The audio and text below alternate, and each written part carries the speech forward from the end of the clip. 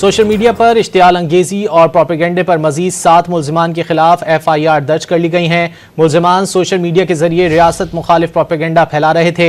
मजीद जान लेते हैं डॉन न्यूज के नुमाइंदे ताहिर शीरानी से। ताहिर, क्या इल्जामात हैं इन मुल्जिमान पर? मुल्जिमान पर मुख्तलिफ व्हाट्सएप ग्रुप्स और एक्स अकाउंट्स के जरिए रियासत मुखालिफ प्रोपेगेंडा फैलाने के इनके ऊपर इल्जामात हैं। गुज़श्ता रोज 12 मुल्जिमान के खिलाफ मुकदमा दर्ज किए गए थे और अब सोशल मीडिया पर इश्तियाल अंगेजी और प्रोपेगेंडे के इल्जाम में मजीद 7 मुल्जिमान के खिलाफ FIR दर्ज कर ली गई है। यानी मजमूई तौर पर 19 मुल्जिमान की निशानदेही करके FIR का इंदराज हो चुका है।